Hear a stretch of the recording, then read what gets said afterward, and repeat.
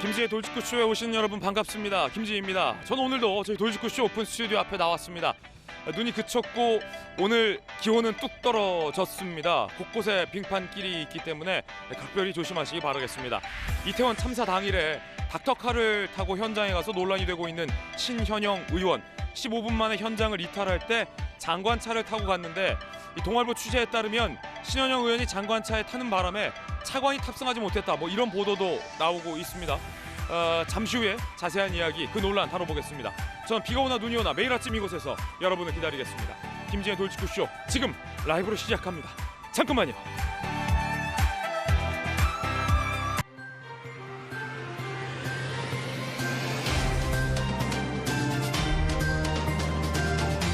신문 읽어주는 남자입니다. 장관차에 신현영 의원이 타느라 정작 차관은 못 태우고 차가 떠나버렸다.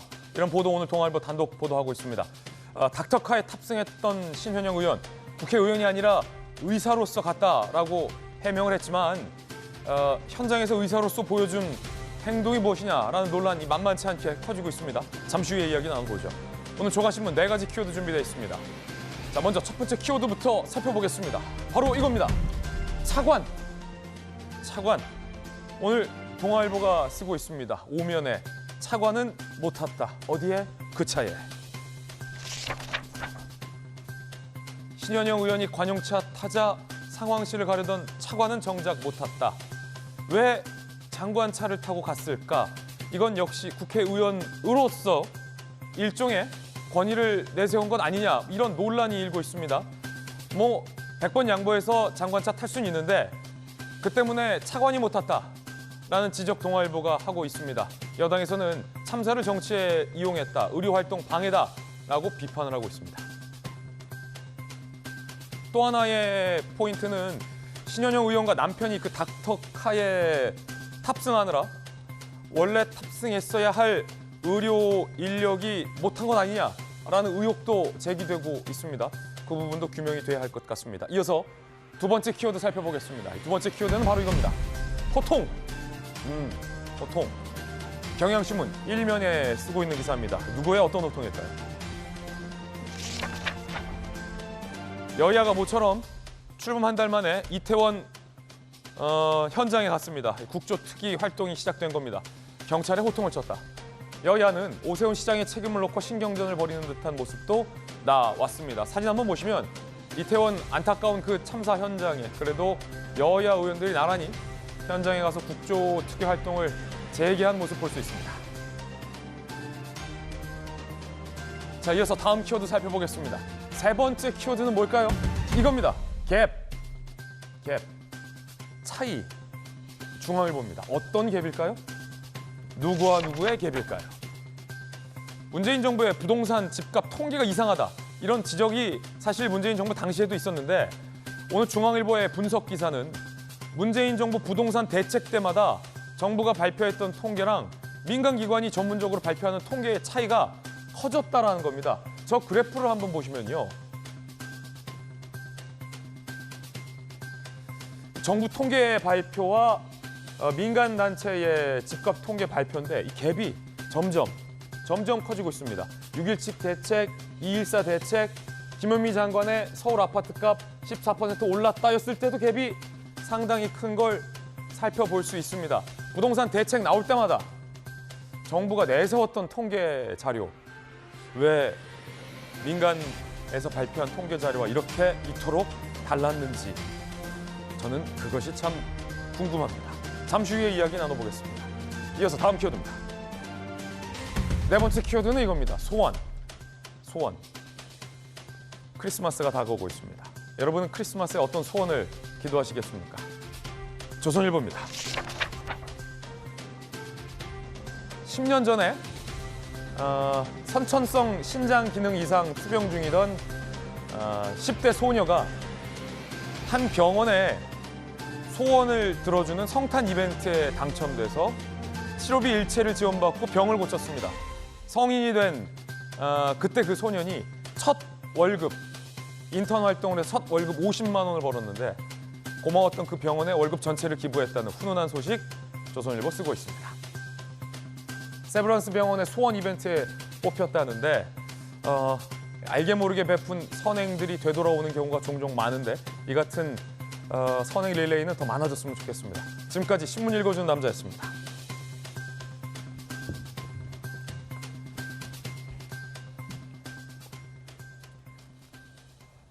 오늘 아침 함께하신 분들 소개해드리겠습니다. 언론인 출신, 기자 출신의 한신대 김수경 교수, 국민의힘의 전략기획부총장을 맡고 있는 이양수 의원 나오셨습니다.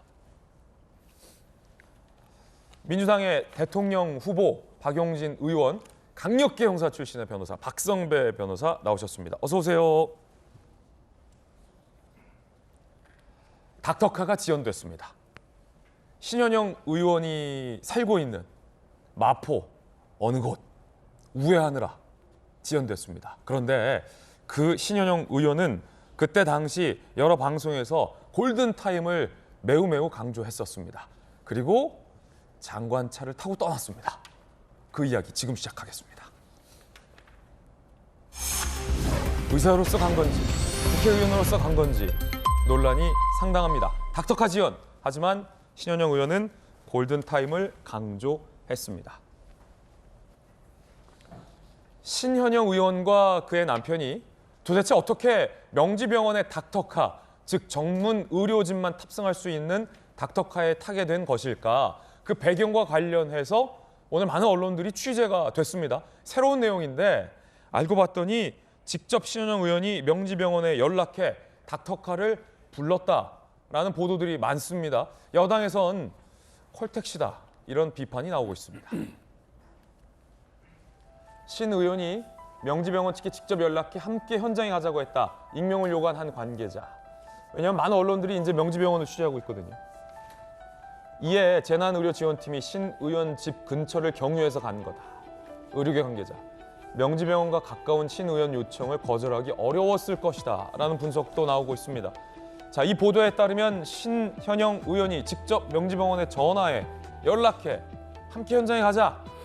그래서 신 의원의 집까지 들려서 태워서 20몇 분이면 갈 걸 50몇 분으로 지연됐다는 겁니다. 의료계에선 응급의료법 위반이다라는 지적이 나옵니다. 응급의료 종사자와 구급차에 대한 구조와 이송을 방해하면 처벌을 받을 수 있다는 내용입니다. 자, 신현영 의원 측은 닥터카는 구급차가 아니다 라고 반박을 하고 있는 것 같아요. 보건복지부는 명지병원 재난의료지원팀 운영 규정과 매뉴얼 등 중심으로 검토할 예정이다라는 이야기도 밝히고 있습니다. 골든타임이 매우 중요하다. 신현영 의원이 평소에 굉장히 골든타임을 강조했는데 언론인 출신의 김수경 교수님, 닥터카가 왜 늦었냐를 따라봤더니 가까운 명지병원이 다른 데보다 마포에 들렸네? 마포에 왜 들렸냐라고 봤더니 신현영 의원의 집 근처네? 그러면 신현영 의원의 집 근처를 닥터카가 왜 갔나 봤더니 신현영 의원과 남편이 탑승을 했네? 그러면 그것 누가 불렀냐? 라고 해서 취재가 됐더니 신현영 의원이 불렀네. 지금 여기까지 온 거죠, 취재가. 그렇죠. 이제 명지병원에 예전에 근무한 적이 있기 때문에 명지병원에 전화를 해서 출동할 때 나를 좀 데려가라라고 한 것 같은데 사실 국회의원의 신분이기 때문에 명지병원의 입장에서는 이거를 매뉴얼상 그럴 수 없다라고 매몰차게 얘기하기 어려웠을 거예요. 그래서 일부러 빨리 갈 수 있음에도 불구하고 마포에 있는 집을 돌아서 가게 되기 때문에 한 20분 정도 늦어지게 되는 거죠. 네. 평소에 신현영 의원이 이제 방송에서도 골든타임 중요하다라고 얘기를 했는데 4분이 중요하다라고 얘기를 했었거든요. 근데 본인 때문에 한 25분 늦어졌으니까 계산해보면 한 6명의 사람을 더 구할 수 있었던 셈이 되는 거죠. 이제 본인은 의사기 때문에 갔다. 국회의원이 아니라 의사의 자격으로 갔다라고 하는데 이게 말이 안 되는 게 생각해 보십시오. 내가 만약에 의사예요. 그런데 현장에 대한 보도를 보고 현장에 가야겠다라는 생각이 들 수는 있죠. 그럴 때 제가 어느 병원에 전화해서 나 지금 의사인데 현장에 좀 가고 싶으니 구급차 보내서 나 좀 태워가십시오 하면 웬 미친 사람이라고 생각하지 데려가겠습니까? 이 신현영 의원이 국회의원이기 때문에 이제 일부러 모시고 가게 된 것이죠. 그리고 저 현장에 의사가 많았잖아요. 저 현장에 있는 의사 중에서 자기가 활동하고 있는 사진 찍어서 올린 사람이 있을까요? 저는 없을 거라고 보거든요. 그렇기 때문에 의사로 출동했다는 거 말이 안 되고 또 보좌관 불렀다는 보도도 나오고 있잖아요. 이따가 우리가 얘기하겠지만 보좌관을 왜 부릅니까? 자기가 의사로 그 현장에 가가지고 사람들을 살리고 구하고 하는 일을 할 거면 보좌관의 의전이 왜 필요하겠어요? 여러 가지로 본인이 그냥 국회의원으로 가서 사진 찍고 이러려고 간 게 너무 자명한데 뭐 닥터카는 구급차가 아니다라는 이런 해괴한 변명으로 일관하고 있는 게 정말 화가 나고, 닥터카는요. 다른 의미 뭐냐면 도로 위의 병원, 도로 위의 응급실이라고 불려요. 왜냐하면 일반 구급차는 응급 구조 장비들만 그 차에 있지만 이 닥터카 안에는 실제로 치료를 하면서 갈 수 있는, 그 현장에서 병원까지 가는 그 사이에 사람이 사망하지 않도록 의사가 실제로 그 차 안에서 시술도 하고 여러 가지 치료를 할 수 있는 장비들이 다 갖춰진 구급차가 닥터카거든요. 그렇군요. 그렇기 때문에 구급차 중에서도 굉장히 비싸기도 하고 의료 장비들이 다 갖춰진 차인데 오히려 구급차보다 더 중요한 게 닥터카예요, 어떻게 보면. 그런데 지금 닥터카는 구급차가 아니기 때문에 상관없다라는 식의 이런 뻔뻔한 해명 때문에 국민들은 화가 나는 것이고, 차라리 자기가 잘못 판단했다, 죄송하다 했으면 이렇게까지 커지지 않았을 문제를 예. 이상한 변명들을 계속 더하고 더하면서 일파만파 커지고 있는 형국 같습니다. 예, 김소연 교수님 의견이었습니다. 이양수 의원님, 이게 만약에 명지병원 측에서 신현영 의원이 뭐 명지병원과 가까운 의사 출신이니까 신현영 의원이 꼭 필요해서 먼저 명지병원에서 요청을 해서 동생해 주십시오, 의사로서 라고 해서 닥터카가 간 거냐, 아니면 뭐 김소연 교수께서는 사진 찍으려고 국회의원으로 간 거 아니냐라고 비판해 주셨는데, 신 의원이 먼저 부른 거냐가 그래도 매우 중요한 팩트였는데, 어떤 게 사실인지가 굉장히 중요한 팩트 여부였는데 신현영 의원이 먼저 불렀다라는 보도가 지금 계속 나오고 있습니다. 명지병원에서는 만약에 이 보도대로 신현영 의원이 전화를 걸었잖아요, 이양수 의원님. 네. 그러면 의원님 안 됩니다. 이 닥터카는 구급차 중에서도 굉장히 좀 위중하고 전문 의료진만 탑승할 수 있습니다. 의원님 안 됩니다. 죄송하지만 안 됩니다. 이거를 하기가 쉽지가 않나요? 국회의원이라서. 안 됩니다. 그렇게 해야지 정상이죠. 정상적인 국가는 그런 게 그렇게 이루어져야 되는데, 보건복지위원인 신현영 의원이 또 명지병원에서 근무까지 해서 친분 관계가 있으니까 가는 길에 나 좀 태워라 그러니까 그거를 돌아서 간 거죠. 다른 차들은 분당 1.1km에서 1.4km 정도로 이동했다는데, 저 명지병원 닥터카만 분당 460m의 거북이 속도로 갔다는 거 아니겠습니까? 예. 옛날에 영국의 처칠 수상이 교통경찰한테 단속이 됐답니다. 그랬더니 원칙대로 처칠 수상을 알아보고서도 원칙대로 딱지를 끊으니까 처칠 수상이 그 다음날 경찰청장한테 전화를 해서 그 사람 원칙대로 일 잘하더라, 상 줘라 그랬더니 그 경찰청장이 우리 영국 경찰은 원칙대로 일하는데 상 주고 그러는 건 없습니다 그랬다고 해요. 그러니까 원칙이 통하는 사회가 돼야 되는 건데 지금 이 상황은 너무 원칙이 통하지 않은 것 같고, 그다음에 신현영 의원이 의사로서의 의학적 지식은 있지만 국회의원으로서 이런 재난이나 이런 상황에서 어떻게 대처해야 되는지 잘 모르는 것 같아요. 저만 해도 저희 지역에 산불이 많이 나지 않습니까? 산불 나면 현장에 절대 안 갑니다. 가면 소방관들이나 이런 분들 불 끄는데 방해가 되거든요. 그냥 대책본부에 가만히 앉아갖고 오시는 분들, 또 국회의원 와 있으면 그래도 이 뭐 상황에 따라서 뭐 관련 부처하고 협의할 것들이 있으니까 도와만 드리는 거지, 이게 돌아다니거나 이러면 안 되거든요. 근데 저 상황에서 지금 저는 사실 뉴스에서 맨 처음에 저 사진을 예전에 접하고서는 참 신영 의원 고생했다, 정말 저 묵묵히 일하는 어떤 국회의원이 저렇게 좀 멋있다고 생각했었습니다. 애썼다고 생각했는데, 지금 생각하니까 15분 저기 있으면서 저런 사진을 찍어서 저게 기자나 어떤 뭐 다른 분들이 찍은 게 아니더라고요.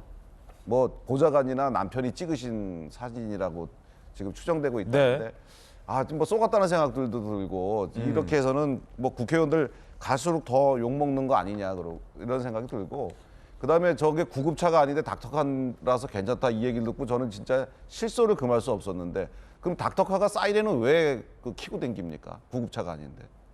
말도 안 되는 변명인 것 같고, 저는 이거는 신 의원께서 뭐 변명하고 이럴 게 아니고 충분히 책임 있는 그런 자세로 국민들께 다시 한번 사죄드리는 것이 마땅하다고 생각합니다.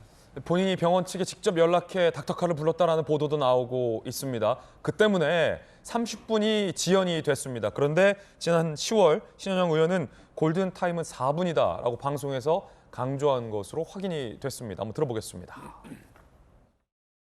대부분의 골든타임 4분이라고 알려져 있는데 현장 접근도 어려웠고 그 신정지 후에 골든타임이 4분이다. 언론에서 굉장히 많이 보도되더라고요.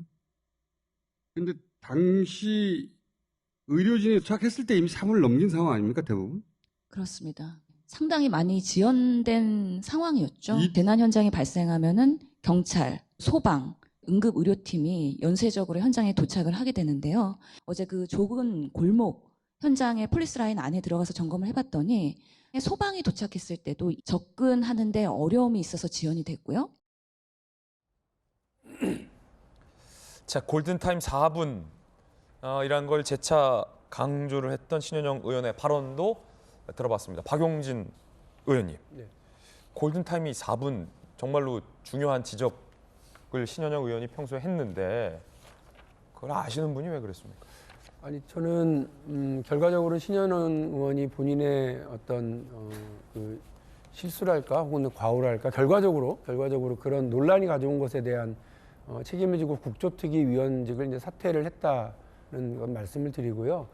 선의였을 거라고 생각을 합니다. 그러니까 빨리 그 자리에 가봐야 되겠다고 하는 선의가 있었을 거라고 생각을 하고 그냥 아마 그렇게 해서 그 현장에 가게 된 것 같은데 본인인 그 신현영 의원은 이렇게 말씀을 하고 계세요. 명지병원 팀과 동승한 차량은 사이렌이 달린 환자 이송 구급차는 아니었고 사이렌이 달리지 않은 일반 차량이었던 일반 차량인 닥터카였다 이렇게 해명을 하고 계시는데 이것이 흔히 우리 국민들이 머릿속으로 상상하는 그런 구급 차량하고 어떤 뭐 규정이 어떻게 다른지는 잘 제가 모르겠습니다만 이런 특별히 이 오해를 더 받지는 않았으면 하는 생각은 있습니다. 그 현장으로 빨리 가고자 하는 의사로서의 어떤 뭐 본능적인 그런 움직임 이런 것들은 아마 대한민국 모든 의사들이 다 가지고 있지 않았을까 하는 생각이 들고요. 신현영 의원도 마찬가지였을 거라고 생각을 합니다. 다만 이제 선의로 이렇게 움직였었는데 여러 오해를 불러오고 또 논란을 가져오게 된 점에 대해서는 저도 아쉽게 생각하고 안타깝게 생각합니다. 신현영 의원이 말씀드린 것처럼 국조특위위원으로 원래 이번 국정조사 특위 활동을 하게 돼 있었는데 그 자리를 물러나고 대신 그 소방관 출신 역시 안전 담당 직업군이죠. 예. 그 소방관 출신인 오영환 의원이 그 자리를 대신해서 지금 활동을 하고 있습니다. 만일에 관련된 논란이 법적으로든지 아니면 정치적으로든지 더 무슨 책임을 져야 될 일이 있으면 신현영 의원도 피하지는 않을 거라고 생각을 하는데요. 그럼에도 불구하고 제가 말씀드린 것처럼 의사로서의 어떤 본능적인 선의 이런 것들이었을 거라고 네. 저는 뭐 믿고 있습니다. 결과적으로 본인이 이제 골든타임 4분을 말씀하셨는데 그 닥터카가 30분이나 지연됐잖아요. 그거를 신현영 의원은 전혀 예상하지 못했습니까? 아니면 뭐 예상하지 못했더라도 결과적으로 본인을 태우느라 그리고 남편분도 태우느라 20분에서 30분 가까이 닥터카가 지연됐는데 골든타임 4분보다 훨씬 더 많은 시간이 지연되는데 이 부분에 대해서는 신현영 의원이나 주변 민주당 의원님들의 뭐 해명이나 사과가 없는 것 같아요. 어떻게 보십니까? 저만 하더라도 이 상황을 정확하게 모르잖아요. 그냥 만일에 저는 의사가 아니니까 만일에 그 현장을 가서 뭘 도와줘야 되겠다, 자원봉사를 해야 되겠다 싶으면 자가 운전을 해서 갔거나 택시를 타고 갔거나 혹은 지하철로 이동했거나 했을 텐데 아마 그 시간대에는 모든 차량이 통제되고 있었을 거예요. 현장에 뭐 당연히 그렇게 하는 것이 맞죠. 차량의 접근, 이동, 그다음에 지하철 그도 무정차 혹은 그 당시 그 시간에는 새벽 1시 때니까 대중교통도 거의 다 끊겨 있는 상태였을 거라고 생각을 하고요. 그래서 제가 그 상황에 대해서 뭐 정확하게 아는 바가 아니고 우리 의원님들도 그 상황을 정확하게 알지는 못하기 때문에 뭐 다른 문제에 대해서 말씀드릴 수는 없고요. 그 민주당이 이 문제와 관련해서 불필요한 논란으로 국정조사특위 활동이 더 어려워지지 않도록 하기 위해서 국정조사특위위원인 신현영 의원을 오영환 의원으로 교체했다 이 말씀만 드리겠습니다. 예, 국민의힘에서는 평소에 골든타임 4분을 강조했으면서 정작 본인을 태우느라 20여 분 늦어진 닥터카와 관련해서 내로남불이다라는 비판이 나오고 있습니다. 양금희 대변인 이야기 들어보시죠. 신의원 주장대로라면 신의원 때문에 지체된 20여 분 동안 최소 환자 5명을 살릴 수 있었던 시간이며 국정조사 정인으로 가장 먼저 채택해야 할 사람은 다름 아닌 신의원 자신입니다. 골든타임을 앗아간 신현영 의원의 참사, 철저한 조사와 책임의 시간입니다. 그에 상응하는 책임을 물어야 할 것입니다. 자, 이 골든타임이 상당히 많이 지연된 것 관련해서 신 의원 측 해명이나 입장이 나오면 전해드리겠습니다. 그런데 민주당의 박찬대 의원은 신 의원을 강하게 두둔했습니다. 닥터카 타고 간 게 뭔 문제냐라고 말이죠.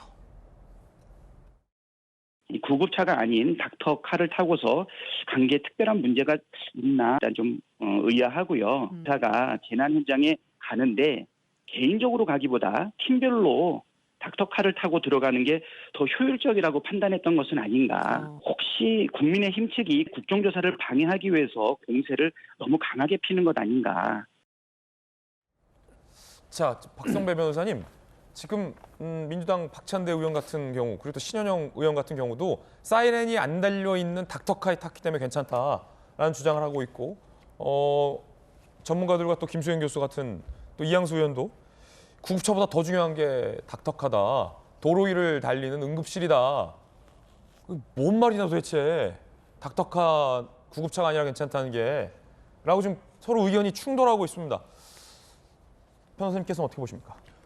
우선 각종 사고 현장에 본격적으로 투입되는 현장 인력 관여하는 행위는 적절하지 못하죠. 사례같지 못한 행동임은 분명히 보입니다.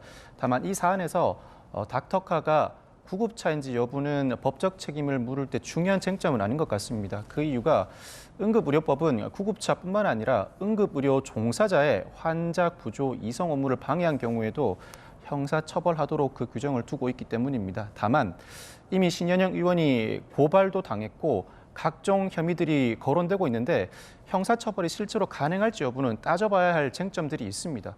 거론되고 있는 혐의들이 강요, 업무방해, 직권남용, 응급의료법 위반 등인데 모두 그 행위 요소로서 협박 또는 위력을 수반해야 합니다.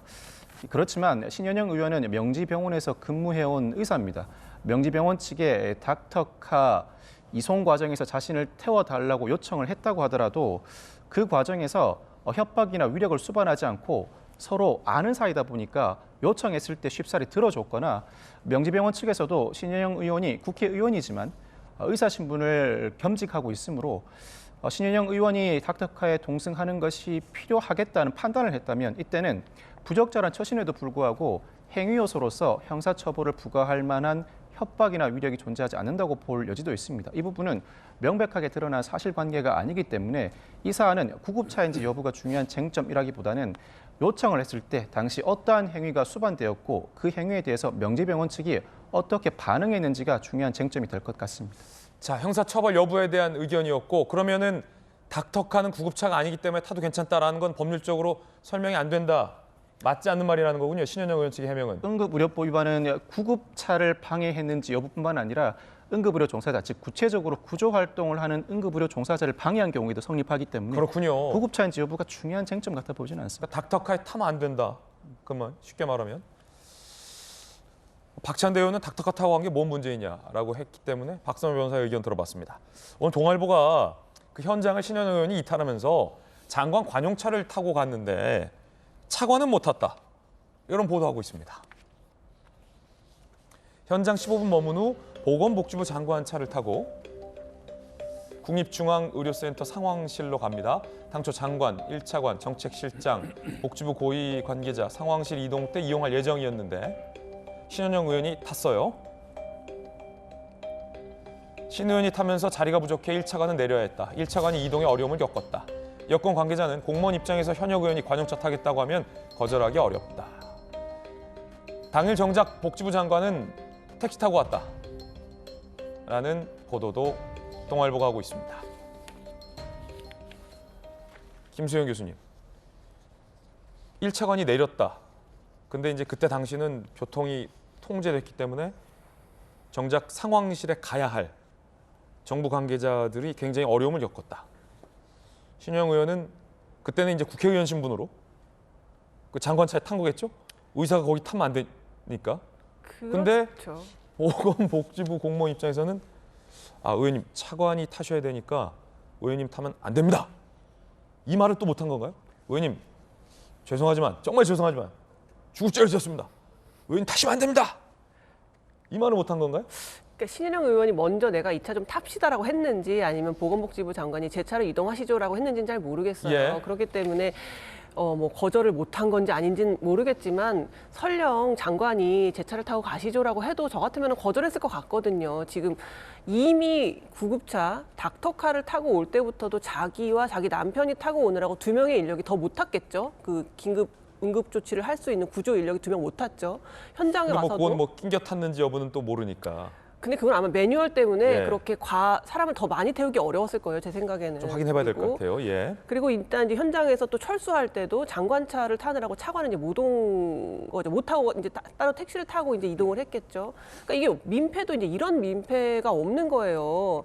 아까 이양수 의원님도 말씀하셨지만 저런 긴박하고 응급의 상황, 정말 1분 1초가 너무 중요한 상황에서는 본인이 저기에 출연하는 것 자체가 굉장히 부담이고 또 국회의원이 어쨌든 등장했으니 뭐 의전을 좀 해야 될 것 같기도 하고 주변에서 어쨌든 국회의원이 뭘 하겠다고 하면은 대부분 하게끔 만들어줘야 되기 때문에 현장에 방해가 된다고요. 그런데 지금 차관 정작 이 주무 부처인 보건복지부 차관은 그 차를 타지 못하고 장관만 그리고 국회의원만 태워서 가는 이 상황에서 도대체 무슨 도움이 됐던 겁니까? 본인은 선의로 제가 의사이기 때문에 현장에 가면은 도움이 될 수 있을 거라고 생각해서 갔다고 하지만 결국 결과적으로는 민폐만 끼치다가 온 그런 결과가 아니었나 그런 생각이 듭니다. 예.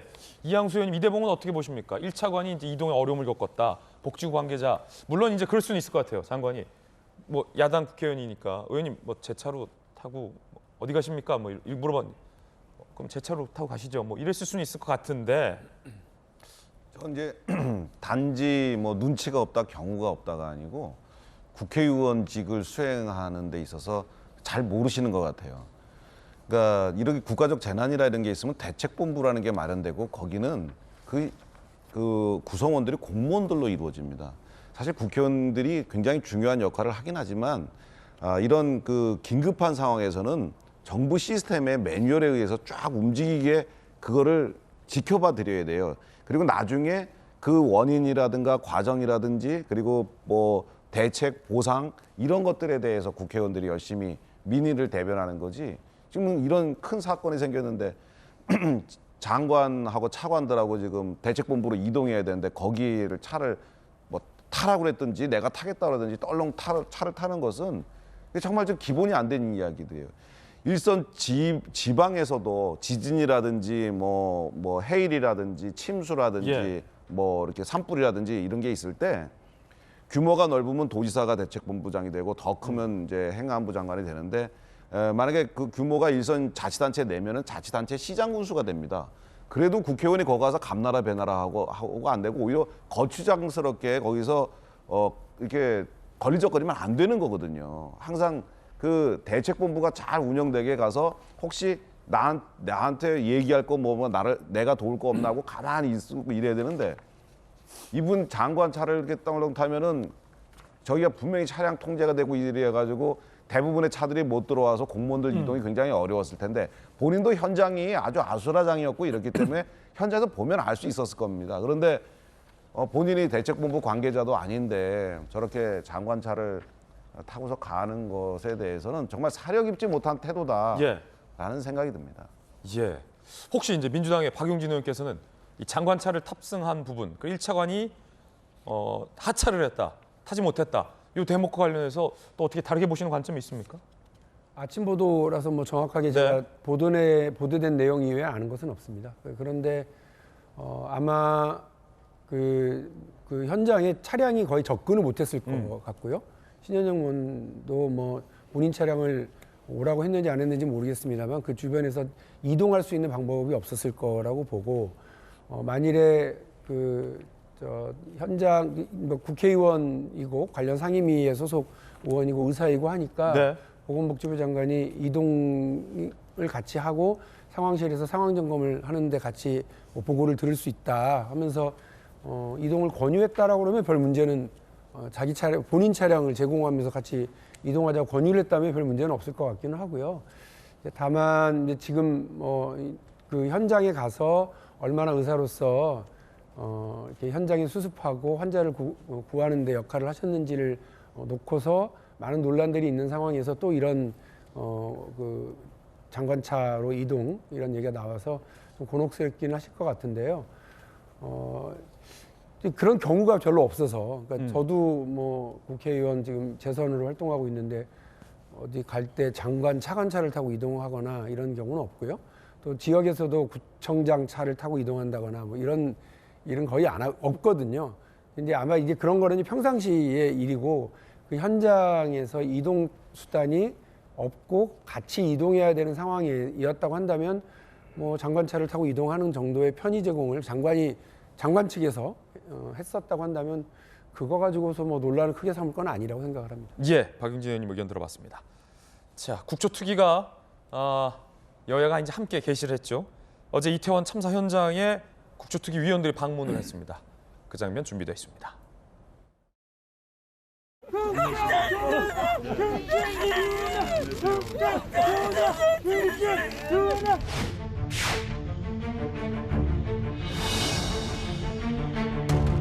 우리가 여야가 힘을 합해서 진실을 잘 규명하고 재발방 제출을 만드는 국정조사가 될 수 있도록 최선을 다하겠습니다. 최초로 나오는 시점이 23시를 넘은 시점에 여당도 야당도 다 싫어요. 이제 지금 와서 진실 규명 웃기는 거 아닌가요? 지금까지 유족들 장례치느라고 정신없어. 이제 한 달 넘으니까 겨우 약 올리는 것도 아니고 사람 2번씩 죽이고. 여기서는 좀 질서 있게 해야 되는 거 아니에요? 빠져. 천천히 가실게요. 천천히 가실게요. 조금 더 올라가시겠습니다. 기자분들 조금만 천천히 이동하실게요. 또 사고 나가시죠. 천천히 가주세요. 아직도 저곳은 비좁군요. 아찔합니다. 안타깝습니다. 그런가 하면 이재명 대표가 윤석열 대통령을 강하게 비판했습니다. 들어보시죠. 먼저 인간이 되라 이런 말이 있습니다. 생명 안전에 대한 국가의 책임 그리고 국민의 피눈물 여기에 공감하지 못하는 정권이면 이건 폐륜 정권입니다. 지금이라도 대통령이 유족과 국민에게 공식적으로 사과해야 됩니다.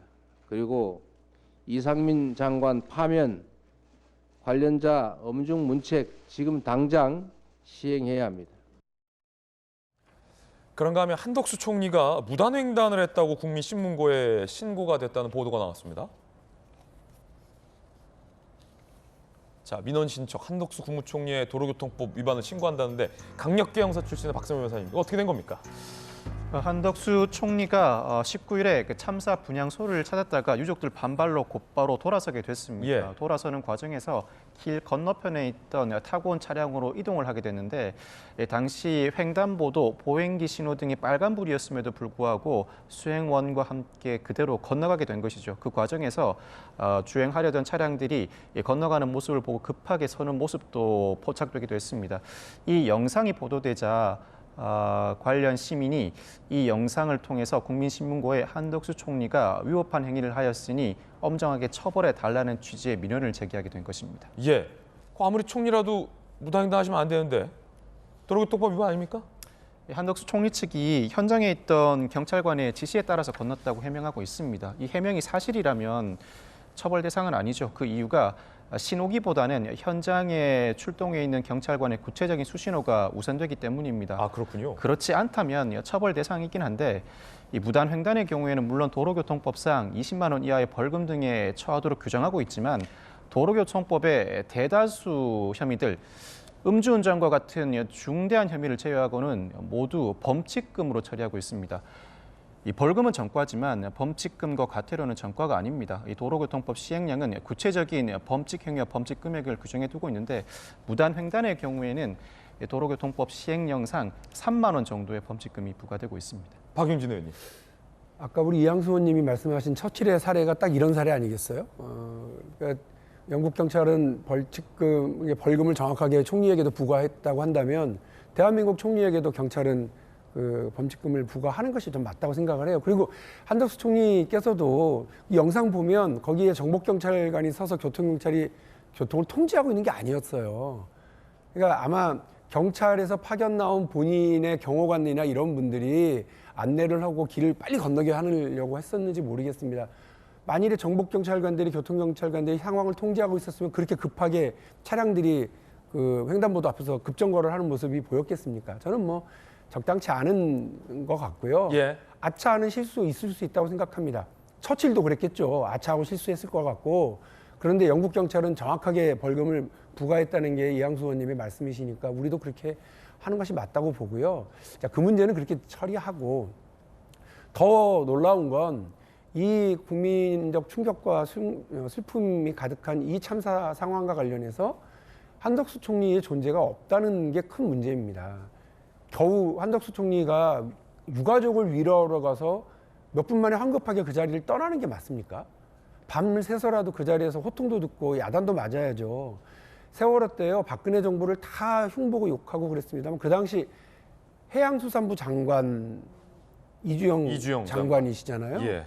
그분 기억하시죠? 그 팽목항 그 진도 체육관에서 그 수염 기른 채로 유가족들하고 같이 하고 같이 울고 같이 숙식하고 했었기 때문에 그나마 국민들이 위로를 받으셨거든요. 저는 정치인 출신 장관들은 그렇게 하는 것이 마땅하다고 생각하고 총리는 더욱 그러셔야 된다고 생각을 하는데 그 자리 황급하게 떠나려고 그 빨간불인데 그 횡단보도 건너려고 허둥지둥 그렇게 가시는 게 맞습니까? 그게 저는 오히려 더 못마땅하고요. 그래서 오히려 대한민국 총리로서 더 제대로 된 역할을 해주시기를 좀 당부드리겠습니다. 예, 박용진 의원님 의견까지 들어봤습니다. 이번엔 저희가 준비한 다음 소식입니다. 뜨거운 소식 두 가지 준비되어 있는데 바로 보시죠. 첫 번째 소식의 주인공은 과연 누굴까요? 한동훈 법무장관. 한 매체가 한동훈 장관이 이 국민들로부터의 어떤 질문을 받고 떨린다. 국민들로부터 직접 질문을 받으니 라는 답변을 해서 굉장히 화제가 됐었는데 한 매체가 리허설 때도 한 장관이 떨린다라고 이른바 예행 연습을 했었다라는 보도를 했습니다. 그래서 법무부는 악의적인 허위 보도라고 반박을 했습니다. YTN이 방송 사용 금지돼 있는 대통령 주재 국정과제 점검회의 리허설 영상을 무단으로 사용하는 일이 있었습니다. 그러자 이 YTN 방송 영상을 근거로 뭐 오마이뉴스라든지 한겨레 등등이 한 장관이 국민들로부터 직접 질문을 받으니 참 많이 떨린다는 말을 리허설에서도 반복했다. 그러니까 저게 진짜 떨려서 한 말이 아니라 일종의 어떤 준비된 내지는 뭐 가식적인 뭐 그런 멘트다라는 비판을 했던 것 같아요. 자, 근데 뭐 자명한 건 떨린다는 말을 사전에도 했냐 안 했냐 팩트 여부만 밝히면 될 일이죠. 그러자 최소한의 확인 취재도 없이 악의적인 허위 보도 한 장관 리허설에서 해당 발언한 사실 없다라고 법무부가 반박을 했습니다. 요 대목인데요. 들어보시죠. 제가 언론이나 국회에서 질문 받을 때 별로 긴장 안 했었는데요. 국민들로부터 직접 질문 받으니까 참 많이 떨립니다. 다 공직자로서 더 큰 책임감을 느끼고 있습니다. 자, 그렇다면 누구 말이 맞는 걸까요? 해당 기사를 보도했던 매체들이 기사를 삭제했습니다. 오마이뉴스, 한겨레 현재는 삭제하거나 수정 조치가 됐습니다. 오마이뉴스는 정확하지 않은 보도로 오해 불러일으킨 점 사과한다. 한겨레는 착오가 있었다. 한 장관이 떨렸다는 발언 반복하지 않은 것을 확인해 기사 수정. 결국 한 장관의 말이 맞았던 겁니다. 언론인 출신의 김수경 교수님. 아니, 이게 어떻게 그거를 이렇게 뭐라고 말해야 돼요? 헷갈렸들. 어떻게들 헷갈리셨네요. 네. 참 헷갈리기 쉽지 않은데 왜냐면 떨린다라는 내용을 리허설 때도 했다. 그러니까 이게 뭐 어떤 보도입니까? 뭐 얼마나 중요한 보도입니까 이게? 만약에 리허설 때 했다 치더 나도. 저도 사실 그걸 지적하고 싶었는데 무슨 일단 리허설 의미가 있는 보도죠? 리허설 때 그런 말을 한 적이 없는 것이고 설령 했다 하더라도 이게 그렇게 보도 가치가 있는 것이었나? 한동훈이 알고 봤더니 리허설 때 떨린다는 말을 했다더라. 리허설 때도 떨릴 수도 있잖아요. 그러니까 그 말을 했다는 게 이렇게까지 크게 보도될 일이었는지도 조금 의문이고, 두 번째로 일단 그런 말을 한 적이 없고, 그러니까 가짜 뉴스에 대해서 사실 한동훈 장관이 좀 점잖게 대응했더니 가짜 뉴스가 사라지지 않아서 그 청담동 술집 의혹에 대해서는 좀 과하다 싶을 정도로 대응을 했죠. 그래서 김의겸 의원에 대해서 10억짜리 손배소도 걸고, 이제 그렇기 때문에 저는 그 뒤부터는 언론들도 조심한다고 생각하거든요. 예. 그러니까 일각에서는 한동훈 장관이 너무 과도한 반응 보이는 거다라고 했지만, 그러니까 비로소 언론들도 조심하고 사실이 아닌 것으로 판명됐을 때는 사과도 하고 삭제도 하잖아요. 저는 되게 바람직하다고 봐요. 그러니까 한동훈 장관이 그렇게 강하게 대응한 것도 바람직하고, 그래서 언론사가 착오가 있었구나라고 빠르게 인정하고 그것에 대해서 사과한 네. 것도 저는 바람직하다고 봐서, 앞으로 이제 정부와 언론의 관계도 끝까지 서로의 잘못을 인정하지 않고 계속해서 이렇게 논란을 키워가는 것보다는 사실 확인을 정확하게 해가지고 아닌 건 예. 아니라고 인정도 하는 이런 모습이 저는 오히려 바람직하다고 봅니다. 그렇군요. 뭐 오보는 뭐 취재 과정에서 정말로 어쩔 수 없이 오보는 할 수도 있는데, 보도 과정까지 사실관계 확인했느냐 안 했느냐가 매우 중요한 것 같습니다. 청담동 술자리 의혹도 그렇고 이번 건도 그렇고. 자, 그런데 법무부의 반응이요, 이양수 의원님, 흥미로운데 한 장관은 리허설에서 떨린다는 말을 반복한 적 없다라는 것뿐만 아니라 악의적 허위 보도다라고 했어요. 자, 그렇다면 아까 김수영 교수께서 생략은 했지만 리허설 때 떨린다는 말을 똑같이 하더래 라는 결과적으로 허위 보도가 됐는데, 그 보도를 했던 목적이 있었다라고 법무부는 본 건가요? 뭐 누가 봐도 그런 목적이 당연히 있다고 보여지죠. 법무부뿐만 아니라 저도 사실 그냥 매체 이름을 얘기 안 하시는데 한겨레 신문이잖아요. 거기하고 또 이제 YTN 한겨레 신문 그리고 오마이뉴스 여기인데, 주로 뭐 저 정부에 대해서 좀 안 좋은 얘기, 한동훈 장관에 대해서 좀 안 좋은 얘기들 많이 쓰시는 분들이잖아요. 그러니까 이 한동훈 장관을 이렇게 좀 흠집 내려고 썼나 보다. 만약에 떨린다 리허설 때 떨린다 했고 실제로도 떨린다 했는 게 사실 큰 뉴스거리가 아님에도 불구하고 그것을 좀 부각시켜 갖고 한동훈 장관이 굉장히 뭐 이렇게 TV나 이런 거 언론 의식하면서 좀 인기 좀 끌어보려고 그렇게 연출되고 기획된 거 하는 거 아니냐, 이제 이렇게 좀 폄훼하려고 했던 거죠. 근데 저게 저는 오히려 한동훈 장관을 막 키워주는 것 같아요. 오히려요? 네. 그러니까 이제 오마이나 한겨레 측에서는 한동훈 장관을 좀 깎아내리고 폄훼하려고 저렇게 했는데, 어떻게 보면 자꾸 저런 식으로 한동훈 장관의 정당성을 만들어주고, 한동훈 장관은 다른 정치인이나 뭐 국무위원이나 이런 사람하고 다르게 언론이 잘못하면 그것도 반드시 지적하고 책임을 묻게 하고, 그리고 이제는 아주 잘못된 기사 쓰다가 얼른 삭제하고 사과하고 이렇게 하는 걸로 보면서 원칙적으로 대응하니까 이 일들이 정상적으로 진행이 되는구나라는 인식을 국민들에게 심어주면서 오히려 키워주는 거 아닌가 하는 생각이 듭니다. 박용진 의원은 어떻게 보십니까? 일단 어쩌다가 두 개의 매체가 동시에 똑같은 오보를 하게 됐는지 잘 납득이 잘 되지를 않고요. 그리고 뭐 저도 마찬가지입니다. 뭐 리허설 같은 걸 해본 적은 별로 없습니다만, 리허설 때 느꼈던 느낌을 고스란히 다시 본 행사 때도 얘기할 수 있죠. 뭐 그런 거를 가지고 기사를 쓰려고 하셨는지, 뭐 기사 가치는 뭐 언론사에서 판단하시는 거니까 잘 모르겠습니다만, 저도 그렇게 생각합니다. 뭐 우리 야당 측도 그렇고요. 또 뭐 혹은 그쪽의 시민단체나 혹은 지지자들께도 부탁드리는데요. 이 지연말단 과잉 반응이 오히려 상대만 더 띄워주는 역효과를 낳는다고 저는 생각을 합니다. 지연말단 과잉 반응. 예. 16자로 정리하면 지연말단 과잉 반응 상대방만 띄워준다, 이런 겁니다.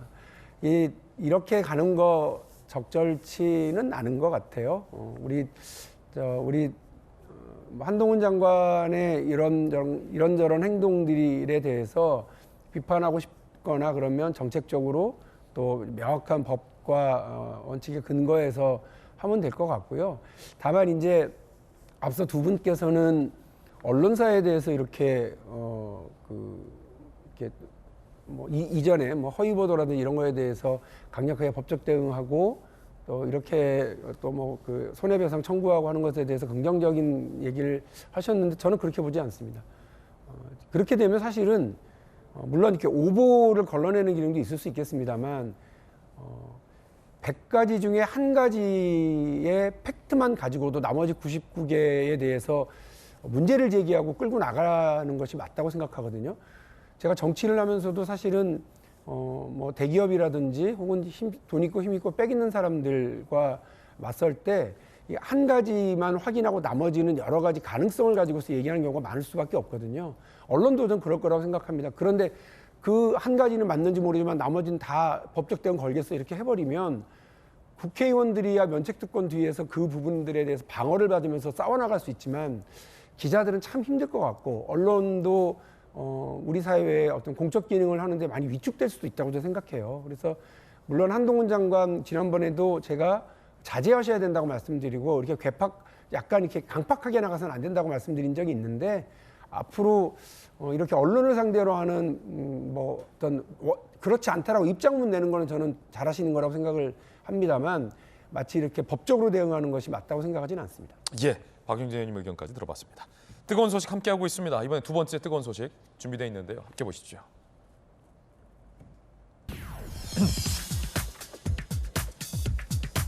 자, 이정근 씨입니다. 이정근 씨가 일부 혐의를 인정했습니다. 그런데 800만 원 명품백은 뭐 그리 큰 거가 아니다라고 생각한다라고 답변했다는 보도가 나와서 다소 의아스럽다는 반응이 나옵니다. 이정근 전 민주당 사무부총장이죠. 사업가 A씨로부터 각종 청탁, 알선, 대가, 불법 정치자금 등 총 10억 원을 받은 혐의인데 이 중 4천만 원은 인정하고 있다고 합니다. 이정근 측 변호인, 인간관계상 몇백만 원씩 받은 것, 선거사무소 개소 때 부조금이나 생일 선물로 받은 명품 가방 등등이다 라고 밝혔습니다. A씨가 8천억대 부자라고 말해 700에서 800만 원짜리 명품 가방은 큰 거 아니라고 생각해서 받았다. A씨에게 수백만 원은 수만 원 정도의 의미일 수 있겠다 생각했다. 지금은 후회 중이다 라고 이야기를 했습니다. 강력계 형사 출신의 박성배 변호사님. 그러니까 이게 이제 어떤 법적인 뭐 절차잖아요. 그러니까 일부만 시인을 하면서 그에 대한 해명 논리로 8천억대 자산가라고 들어서 800만 원을 받았지만 사실 우리 같이 평범한 사람들에게는 몇만 원짜리다 라는 논리인데 기적의 논리 아닙니까? 선뜻 800만 원이면 800만 원이지 이게 무슨 몇만 원짜리입니까? 네네. 800만 원짜리 명품 가방이면 비싼 거지. 진정하시고. 아니요. 질문하신 거 아니에요, 저한테? 예. 아닌가? 나만 그렇게 생각? 네네. 이정근 전 부총장이 받고 있는 혐의 중에 주요한 부분은 특가법상 알선수재죠. 특가법상 알선수재는 법정형이 5년 이하의 징역 등인데 유사한 양형 기준상 수수한 금품 등의 가액에 따라 선고형을 정해두고 있습니다.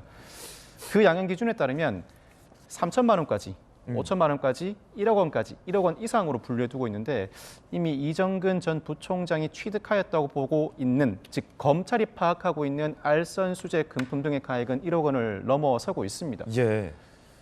이런 상황이라면 모두 혐의가 유죄로 인정될 경우 법정형에 육박하는 선고형이 나올 가능성이 높고 더군다나 특가법상 상당액을 몰수당할 수밖에 없는 처지입니다. 이 공판 준비기일에서 변호인 측이 이와 같은 변론을 한 것으로 보이는데 공판 준비기일에서는 이미 수사 단계와는 다르게 수사 기록을 열람 복사한 상태입니다. 수사 기록을 검토해 본 결과 전면 부인 일변도로 나갈 수는 없을 것 같다. 그렇다고 전면 인정할 수도 없는 입장인 것 같다는 판단을 한 것 같습니다. 그렇다면 일부 혐의를 인정하면서 적어도 수사 단계와 달리 재판 단계에서는 초기부터 인정하는 모습을 보여야 형량을 낮출 수 있다는 판단. 또 한 가지는 다소 해명이 납득이 어렵다고 하더라도 인정할 부분은 과감하게 인정하고 아닌 부분은 적극적으로 아니라고 반박을 해야 아닌 부분도 무죄로 그 결론을 이끌어낼 수 있다는 판단, 두 가지 판단에 따라서 이와 같은 해명을 한 것으로 보이는데 사실 이는 법정에서 거론할 수 있는 정도의 진술이지 일반 국민들에게 와닿는 진술이라고는 보기 어렵죠. 그러면 이런 어떤 법적 논리인데, 왜냐하면 변호인 측은 변호 논리를 세우는 분들이니까 일종의 변호 논리를 세운 거잖아요. 네네. 상대가 수천억대 자산가라고 생각해서 800만 원짜리를 받았지만 사실은 몇만 원짜리 가치밖에 안 한다. 하지만 잘못했다, 후회한다라는 게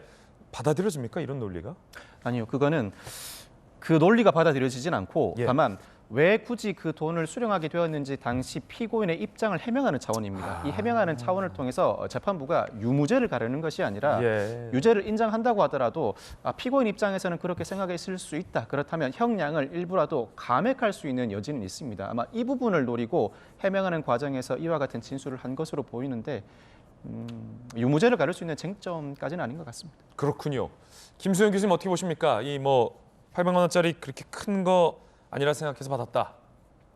상대방이 8천억대 자산가라고 말했기 때문에 그 사람한테 800만 원 정도면 아무 돈도 아닌 거라서 그냥 편하게 받았다라는, 어떻게 보면 올해가 가기 전에 희대의 망언이 또 하나 나온 것 같아요. 그렇게 따지면은 재벌들로부터 정치인들이 몇 억 정도 받아도 아주 쉬운 돈이니까, 하루에도 쓸 수 있는 돈이니까 몇 억 받아도 된다는 논리가 성립하고, 화천대유로 50억 클럽 얼마든지 가능한 거죠. 몇 천억의 돈이 벌어졌는데 50억 못 주겠습니까? 그러니까 이 너무 말도 안 되는 논리로 아무리 본인이 그 상황에서는 그게 큰 죄인지 모르고 받았다라는 걸 해명하는 차원에서 말한 거긴 하지만 어느 정도 수긍은 되는 선에서 설명을 해야 되는데, 재판부조차도 너무 어이없어 할 만한 이러한 변명을 하는 게 과연 무슨 도움이 될지 모르겠습니다. 김수영 교수님 의견 들어봤습니다.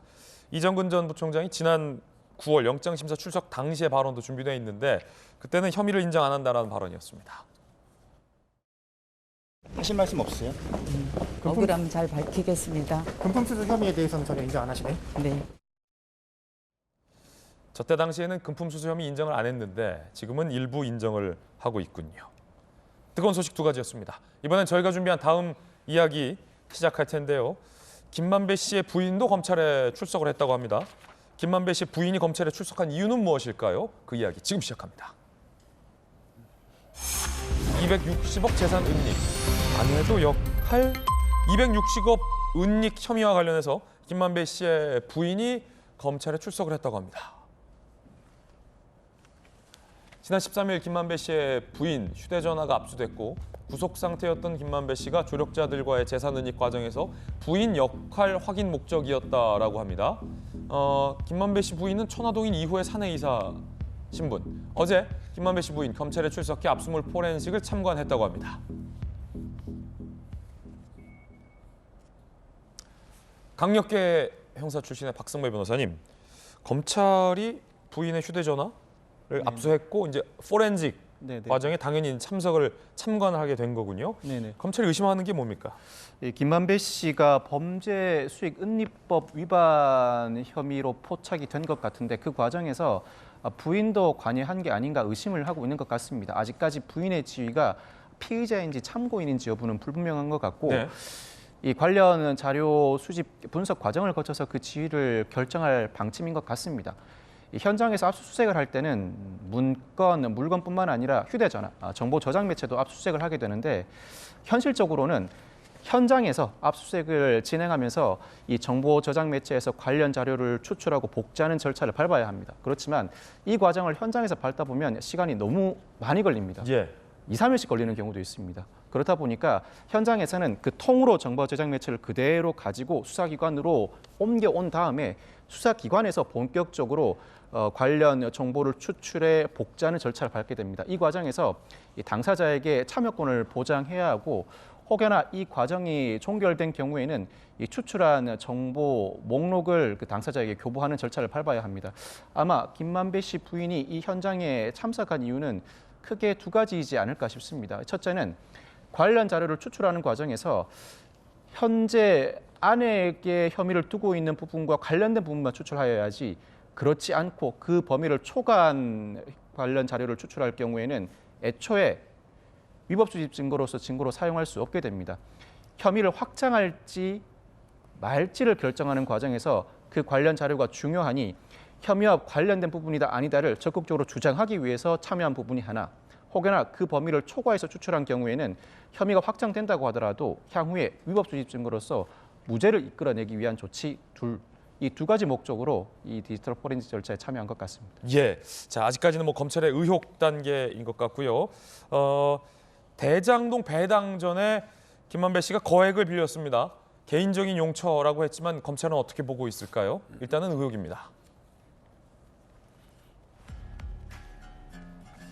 화천대유 전 대표 이모 씨를 통해 최소 40억을 빌렸다.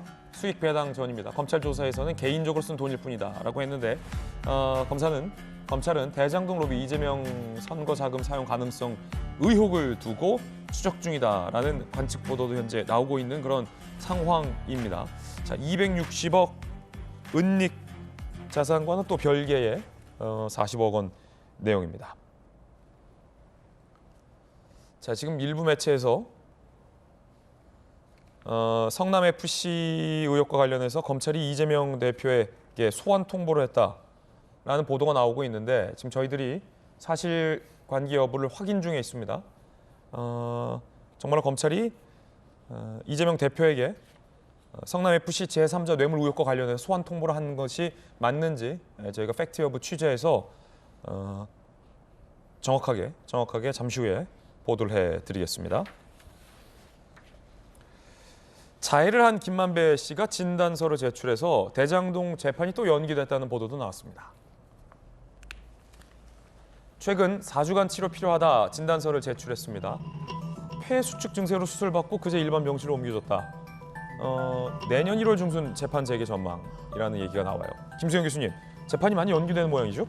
그렇죠. 당초 우리가 생각했던 것보다 김만배 씨의 상태가 좋지 않았고 아마도 자해하는 과정에서 폐에 손상이 가서 지금 수술까지 받았다고 합니다. 그런데 어쨌든 중환자실에서는 나와서 일반 병실로 옮긴 걸 봐서는 좀 회복하고 있는 상태인 것 같기는 해요. 그렇다 보니까 이제 재판이 이제 지연될 수밖에 없죠. 특히나 이제 김만배 씨, 뭐 남욱, 유동규 씨 이런 사람들이 서로 묻고 대답하는 그 과정이 앞으로 남아 있는데 김만배 씨를 제외하고는 그 재판들이 진행될 수 없기 때문에 한 1월까지 이제 미뤘다.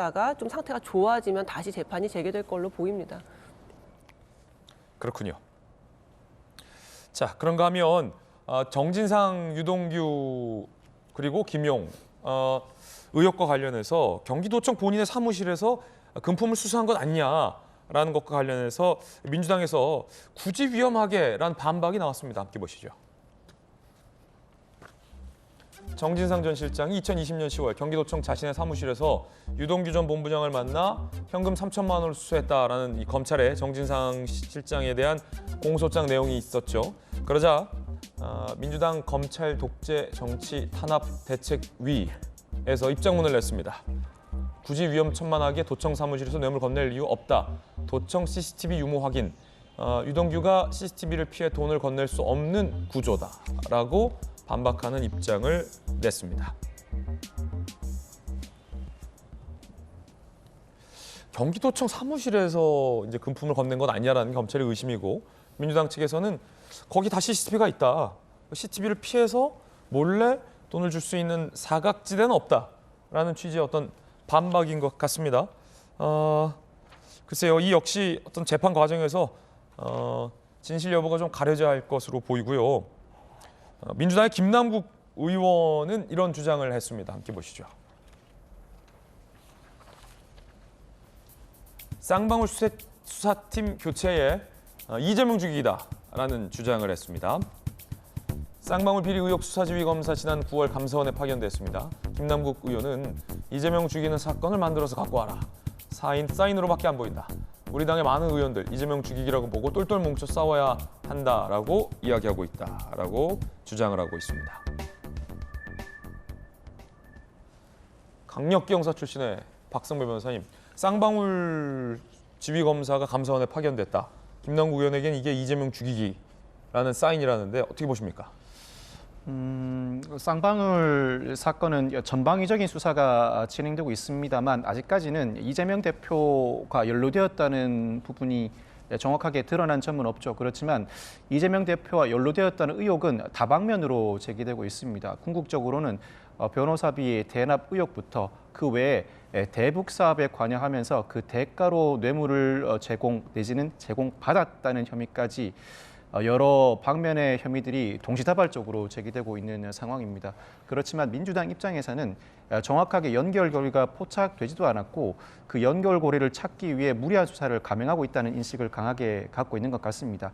이재명 대표에 대해서는 성남FC 사건, 대장동 사건뿐만 아니라 쌍방울 사건 등 여러 사건들이 동시다발적으로 진행되고 있고 각 사건이 뚜렷한 물적 증거 없이 이재명 대표를 향하고 있다는 위기감 내지는 불만이 상당히 팽배해 있는 것 같습니다. 그러한 차원에서 검찰 내부의 인사조차도 이재명 대표를 겨냥한 인사로 보인다는 대목을 지적한 것으로 보이는데 입장에 따라서 충분히 개진할 수 있고 또는 그 의견이 전혀 타당하지 않다고 그 입장을 밝힐 수 있는 사안이 아닌가 싶습니다. 예, 이양수 의원님 어떻게 보십니까? 감사원 파견, 지휘검사 감사원 파견, 이재명 죽일 만한 사안 하나 만들어라는 사인이다라는 김남국 의원의 주장입니다. 민주당 의원님 중에서 이제 김남국 의원님 같이 똘똘 뭉쳐서 이재명 그 대표를 지켜야 된다라고 생각을 가지신 분들은 모든 사안을 이렇게 보시는 것 같아요. 뭐 인사가 어떻게 됐든지 아니면은 뭐 예산이 어떻게 편성이 됐든지 뭐 수사를 어떻게 나가든지 보도가 언론사에서 기자들이 열심히 취재해서 보도해도 검찰에서 어떻게 흘린다든지 모든 사안을 그렇게 색안경을 끼고 보시는 것 같고요. 사실 누구라도 성역은 없습니다. 누가 연루돼 있든지 누가 관계가 있든지 불법적인 거라든지 나쁜 일을 했든지 범죄를 저질렀으면 반드시 그것은 처벌받아야 된다. 물론 그 당사자가 지금 막 힘이 세가지고 힘이 있어서 못하더라도 언젠가 후에는 반드시 처벌받는다는 것을 모든 국민들, 특히 고위공직자들이 다 알아야지만 우리 사회가 더 투명한 나라가 되는데 얼마 전에 뭐 검사가 이런 얘기를 하더라고요. 증거만 있으면 대통령도 안 무섭다. 그래서 잘못 안 했으면 걱정할 필요 없는 거고요. 그리고 뭐 대비할 필요도 없습니다. 잘못이 있다면 처벌받으면 되고요. 이양수 의원님 의견이었습니다. 김남국 의원의 주장과 이양수 의원의 주장 드렸고요. 그런가 하면 친 이재명계 의원들이 이 이재명 대표의 지지자들, 이 개혁의 딸들, 개딸들로부터 후원을 많이 받고 있다는 보도가 나왔습니다. 함께 보시죠. 제명인의 마을, 이재명 대표의 커뮤니티, 지지자 커뮤니티, 친 이재명계 의원의 명단을 공유하며 이장님을 위해, 이장님은 여기서 이재명 대표죠.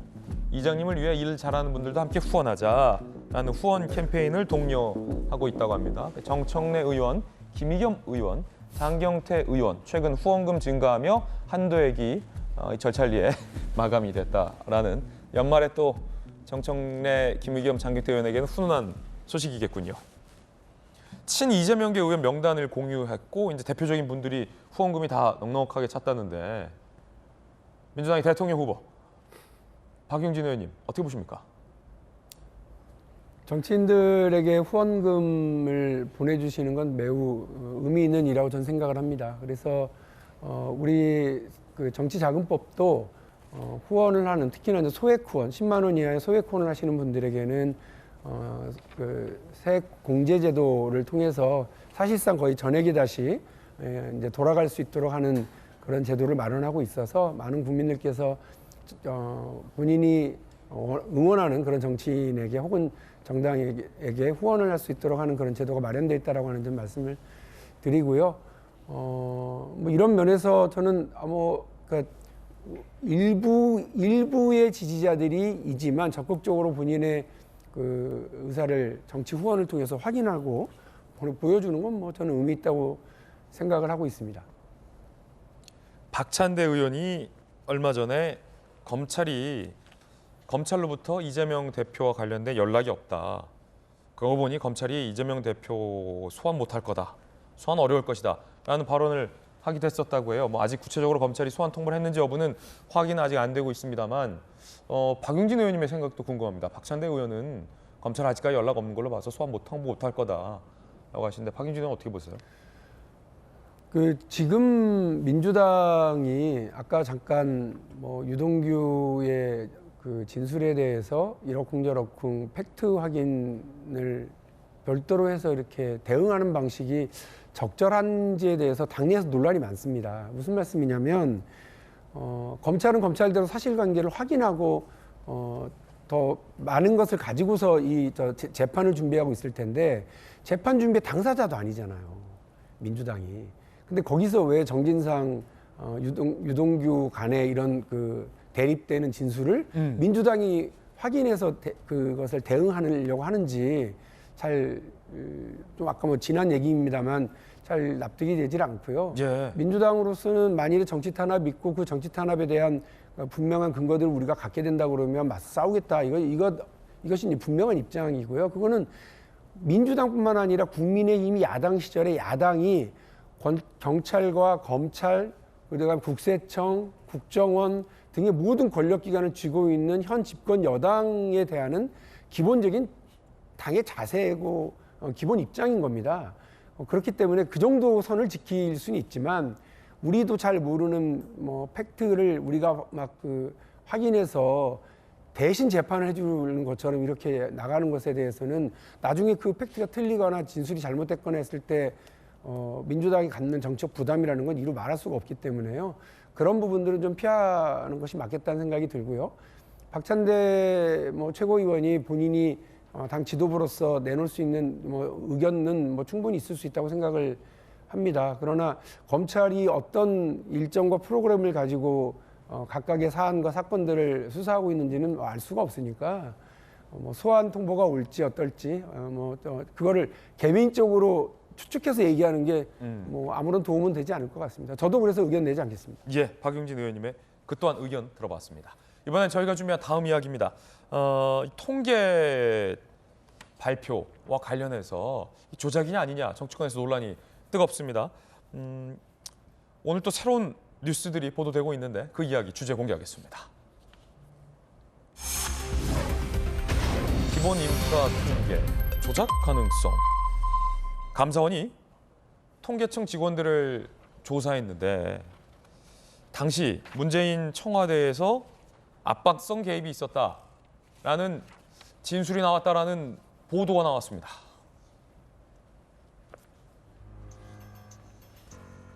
(2018년) 당시 문재인 청와대 통계청 직원 수차례 불러 소득 주도 성장 관련 통계 자료 추가 요구했다. 통계청에 내부 불만이 있었다. 전현직 통계청 직원들 조사 때 청와대의 과도한 개입으로 압박을 느꼈다라는 진술이 나왔다라는 걸 JTBC가 보도를 하고 있는 상황입니다. 전직 통계청 직원, 청와대에 거듭된 자료 요구에 직원들이 많이 힘들어했다. 통계청 독립성이 훼손될까 우려됐다. 당시 청 관계자들이 소득, 고용 통계 관련 특정 내용을 통계청에 지시한 정황도 감사원이 확보했다라는 보도도 현재 나오고 있습니다. 이 보도에 따른다면, 이 보도가 만약에 맞다면 이양수 의원님, 통계청 직원들이 굉장한 압박을 받고 있었다는 것이고 그 압박은 다름 아닌 당신 청와대로부터 왔다라고 느꼈다라는 건데 이 보도 내용은 어떻게 보세요? 그때 당시에 그런 그 얘기가 상당히 많았죠. 문재인 정권 당시에. 그때 무슨 얘기가 있었냐면 역대 통계청장 이름을 어느 국민도 잘 몰랐습니다. 그런데 통계청장 이름을 국민들이 알아야 될 이유가 없습니다. 통계청은 그냥 계속 하던 일, 기본적인 일, 그리고 원칙대로 그 수식대로 그냥 하면 되는 겁니다. 통계라는 것은 이게 기준을 달리하면 그 이전과 전혀 비교가 안 됐기 때문에 기준을 바꿀 수도 없습니다. 그대로 가야 되는 것이 바로 통계청의 일이기 때문에 뭐 통계청이 논란이 된 적도 없었고요. 예. 그런데 문재인 정권 때 통계청이 논란이 많이 됐었어요. 그래서 통계청장 이름을 이제 국민들이 알기 시작했습니다. 근데 이제 그것이 문재인 정권 당시의 일이었기 때문에 그냥 묻혔었는데 당시에 현직 통계청장이 청와대로부터의 압력에 반발하기도 했었죠. 국회 와서 그렇게 네. 청와대에 압박이 있다고 증언도 했었고요. 그런데 그분은 바로 경질되고 문재인 정권의 입맛에 맞는 통계청장이 앉아가지고 기준을 바꿔가지고 여러 가지 일들을 벌였는데 이제 정권이 끝나고 바뀌었으니까 그때 논란이 됐던 것들에 대해서 감사원에서 감사를 했는데 아니라 다를까 여러 가지 지금 조작한 거 아니냐라고 하는 의혹이 나는데요. 이건 정말 국가의 기본을 흔드는 일입니다. 이거는 모든 경제 정책이라든지 모든 뭐 교육 정책, 부동산 정책 뭘 세울 때 통계가 기본이 되는데 그거를 조작해 버리면은 모든 계획이 투입되는 예산이 다 잘못되어 가버리는 거거든요. 저는 이거를 보고서 저는 우리나라는 절대 뭐 베네수엘라나 아르헨티나처럼 좀 뜨다가 이렇게 다시 좀 경제가 어려워지는 그런 나라는 될 일이 없다. 워낙에 펀더멘탈이 튼튼하고 대한민국 국민들이 부지런하고 그래서 우수하고 그래서 그런 일 없다고 생각했는데 통계를 조작하는 나라? 망할 수 있습니다. 이건 정말 이번에 철저한 조사가 이루어져야 된다고 생각합니다. 이양수 의원님 의견이었습니다. 2018년 당시 통계청 노조위원장이 이런 이야기를 했었습니다. 한번 들어보시죠. 통계청은 따로 독립되어서 통계만 다루는 그런 기관으로 돼야 된다고 생각해요. 청와대에서 자주 우리 통계청에다가 뭐 여러 가지 자료나 이런 요구나 이런 것들이 있었기 때문에 혹시 이것이 청와대의 갑질이 아니냐, 우리 통계청을 다루는 입장이 아니냐. 당시 노조위원장은 이렇게 이야기를 하기도 했습니다.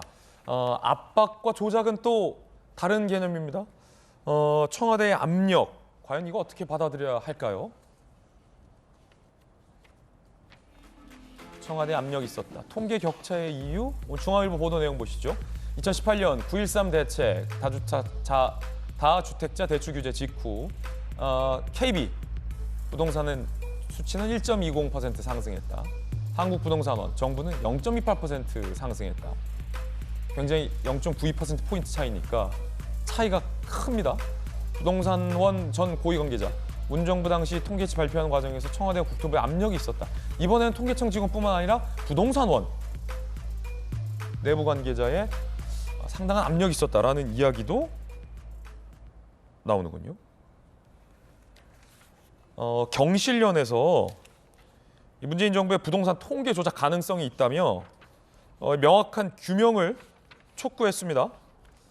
김수경 교수님, 지금 보시면 통계청 직원들, 통계청 노조위원장, 그다음에 한국부동산원 관계자도 청와대 압박이 있었다라는 일각의 보도가 나왔고, 경실련에서는 그때 당시에 아니 지금 김현미 장관이 발표하는 게 맞냐라고 문제제기 한번 했었잖아요. 굉장한 지금 규명 촉구를 하고 있어요. 어떻게 보십니까? 통계라는 게 왜 필요하냐면 그 통계를 근거로 정책을 세우잖아요. 그러니까 통계상 어느 뭐 취약 지역이 있거나 어떤 취약계층이 발생하면 이제 그 사람들을 도와주는 일종의 정책의 근거가 되기 때문에 통계라는 걸 정확하게 이제 표집을 해야 되는 것인데, 참 희한한 건 뭐냐면 정부는 그토록 부동산 값이 많이 오르지 않았다라는 통계를 계속 냈잖아요. 그런데 왜 26번이나 부동산 대책을 내놓았을까요? 통계에 근거해서 정책을 내세운다면 별로 아파트 값이 오르지 않았으니까 이렇게까지 부동산을 규제하는 정책을 낼 리가 없거든요. 그렇기 때문에 통계와 정책이 전혀 다르게 갔다라는 걸 하나 말씀드리고 싶고, 이제 압박이 있었다는 얘기가 있는데, 사실 압박이 있었다는 게 구체적으로 조작을 강요했다라는 직접적인 근거가 될 수는 없을 것 같아요. 그런데 정부가, 저도 공공기관에서 일을 해봤습니다만, 그렇게 흔적에 남도록 직접적으로 이거 조작해라고 하는 경우는 없어요. 어떤 식으로 하냐면 정부와 코드를 맞춰서 정부 입맛에 맞는 것을 만들어줄 수 있는 사람을 주요한 직책에 앉히죠. 그렇기 때문에 이제 황수경 청장이 그만두게 되면서 강신욱 통계청장이 올라오게 된 거잖아요. 그렇게 되면 어떤 것이 좋으냐면 정부 입장에서는 나는 강요한 적 없어. 하지만 강신욱이라는 통계청장의 판단 아래서 일어난 일이야 라는 식으로 선긋기를 할 수가 있거든요. 그렇기 때문에 직접적으로 조작을 한 흔적이 없다라고 해서 이거는 정부가 전혀 어떠한 개입도 하지 않았다라는 근거는 될 수 없는 거예요. 그런 식의 압박은 굉장히 은밀하고 은근하게 그 연구자들이 자기 검열을 통해서 정부의 입맛에 맞게 어떤 통계를 만드는 식으로 작동하지, 정부가 지금 그렇게 직접적으로 한 바가 없다라는 식으로 빠져나갈 수 없다, 저는 그렇게 생각합니다. 김수영 교수님 의견이고요. 2020년 경실련의 당시 발표 들어보시죠. 2억이었던 아파트를 20억으로 만들어놨습니다. 지금 수도권과 지방 대도시까지 아파트 값이 폭등을 하고 있는데 이 정부는 전국적으로는 4%, 서울은 14% 올랐다고 거짓말을 합니다. 이런 가짜 통계로 국민을 속이고 있다. 자, 앞서 들었던 건 2018년 통계청 노조위원장이었고요. 지금은 이제 경실련의 2020년 정부 당시 발표가 가짜 통계다라는 주장도 함께 듣고 있습니다.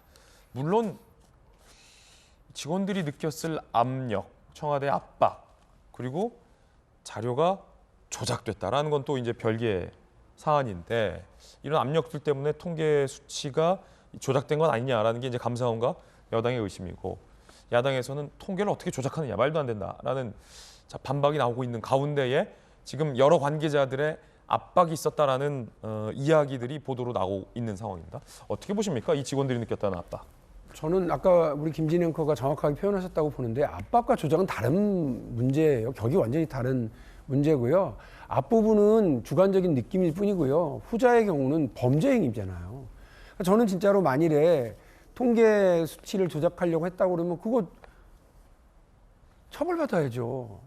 그거 어떻게 국가 통계에다 손을 댑니까? 근데 지금 웃긴 건 오히려 감사원이 이전 정부에서 했었던 모든 일에 대해서 느닷없이 전부 다 그 이전 정부 때려잡는 푸닥거리 앞제비 노릇을 하고 있는 이 상황이 저는 더 이상해요. 나중에 감사원을 상대로 감사해야 될 상황이에요.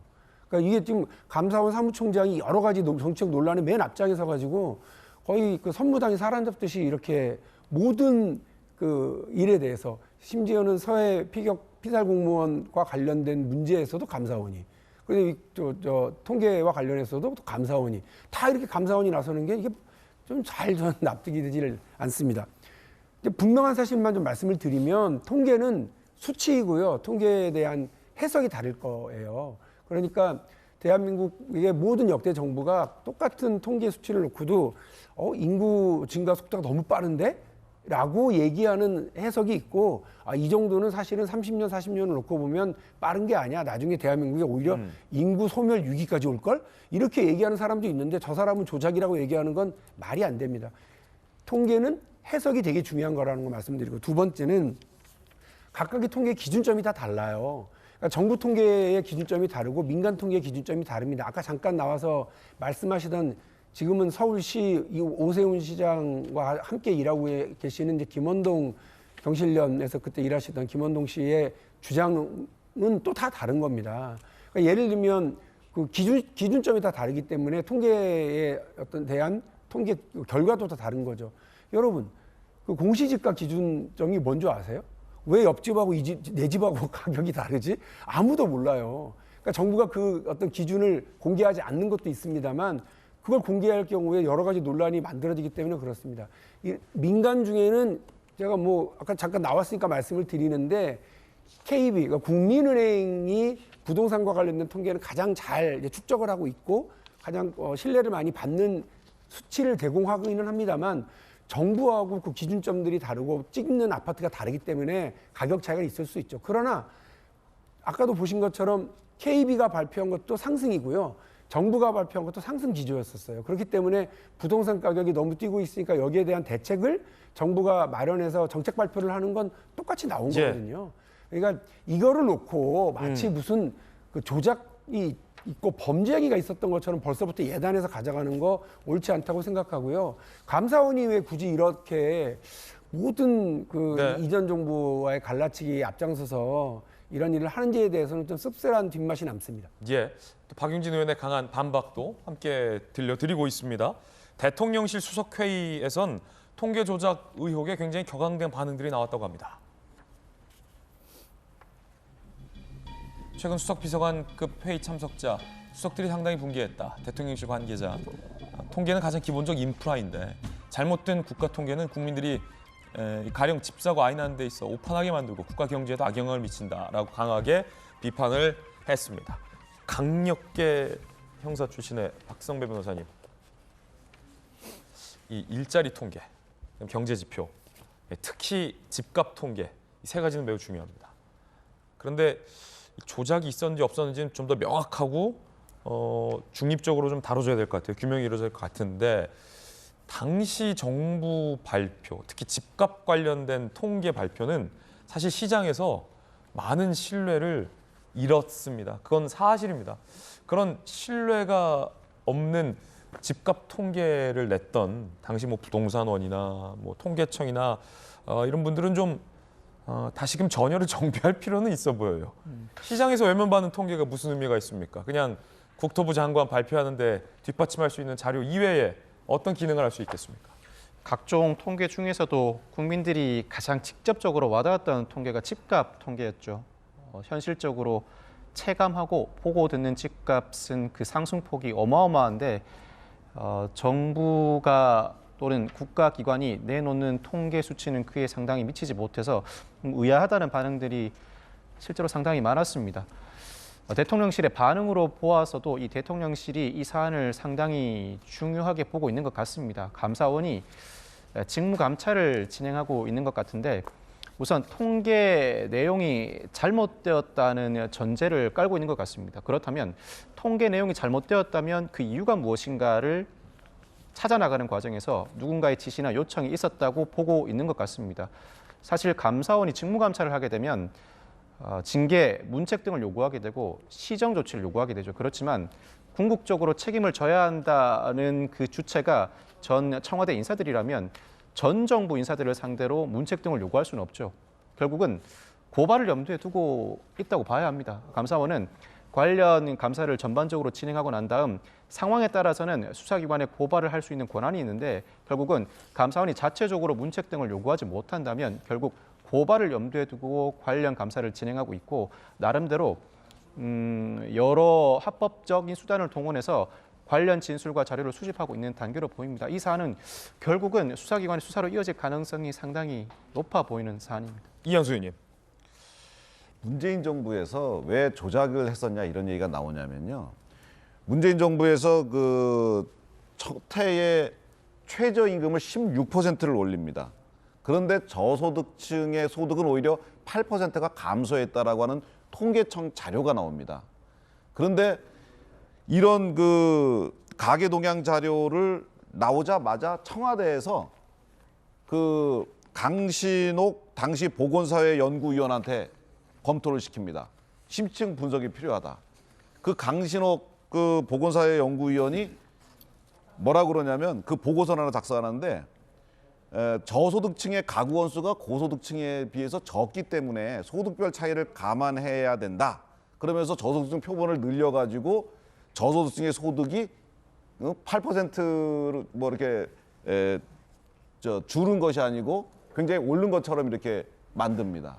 그분이 몇 달 뒤에, 3달 뒤에 통계청장으로 임명이 됩니다. 기존의 통계청장은 11달, 11개월이나 임기가 남았는데 그 사람을 자르고 이분을 갖다 앉혀요.